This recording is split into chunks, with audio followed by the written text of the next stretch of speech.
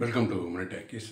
என்னதான் முடிவு. இது 1965ஆம் ஆண்டு ரிலீஸான திரைப்படம். இந்த படம் பெரும்பாலோருக்கு தெரிஞ்சிருக்க வாய்ப்பு கிடையாது. வணிக ரீதியாக வெற்றி அடையாத திரைப்படம் இருந்தாலும் இது ஒரு மிகச்சிறந்த திரைப்படம்னு சொல்லி நீங்கள் பார்த்தா புரிஞ்சுப்பீங்க. இதில் முக்கிய கதாபாத்திரம் TS Balaiah, AVM Rajan, VK. Ramasamy, SP Subbaiah அவங்களாம் நடிச்சிருக்காங்க. அதாவது இந்த படத்தோட கான்செப்ட் என்னென்னா, நம்ம செய்கிற ஒரு பாவகாரியம் திருப்பி இந்த தலைமுறையிலே நம்ம அனுபவிக்க நேரிடங்கிற மிக தெளிவாக தெளிவாக சொன்ன ஒரு திரைப்படம். அதே மாதிரி இந்த படத்தில் ஸ்பெஷல் விஷயத்தை மட்டும் சொல்கிறேன், சிறப்பான அம்சங்கள் மட்டும். இந்த படத்தை டைரக்ட் பண்ண கதை, திரைக்கதை, வசனம், இயக்கம் கே.எஸ். கோபாலகிருஷ்ணன் அவர்கள். அவர் அந்த ஒரு டயலாக் அவர் மிக பிரமாதமாக எழுதக்கூடிய ஒரு ஆற்றல் படைத்த ஒரு இயக்குனர். அதே மாதிரி பெர்ஃபார்மன்ஸ் நடிகர்கிட்ட வாங்குற பெரிய, அதாவது பெரிய கில்லாடின்னு சொல்லுவாங்க. அதாவது சிவாஜி சார் பேசும் தெய்வம் ஒரு படத்தில் இவர் டைரக்ட் பண்ணியிருக்காரு.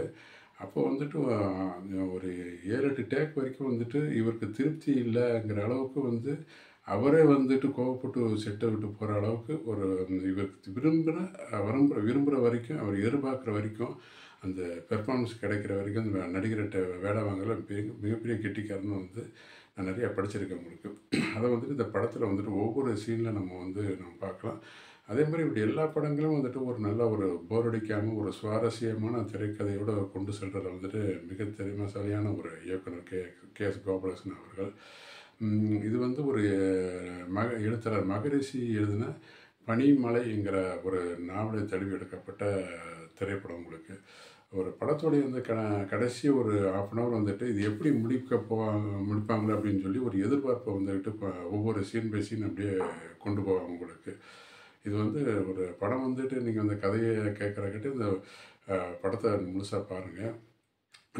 இது ஏஎம் ராஜன் அண்ணனா எஸ்வி சுப்பையா நடிச்சிருப்பார். டிஎஸ் பாலையா ஒரு வி.கே. ராமசாமி ஒரு மிகப்பெரிய செல்வந்தர், குடிகாரர். அவருக்கு மேனேஜராக இருப்பார். இப்போ இந்த எஸ்வி சுப்பையோட தம்பி ஒரு சின்ன பையன்.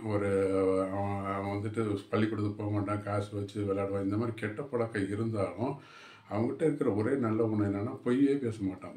ஏதாவது தப்பு செஞ்சால் கூட அண்ணன் அடித்தா கூட அதை மறைக்காமல் உண்மையை சொல்லக்கூடிய ஒரு கேரக்டர். அதனால் என்னோட தம்பியை அடிக்க மாட்டாப்புல.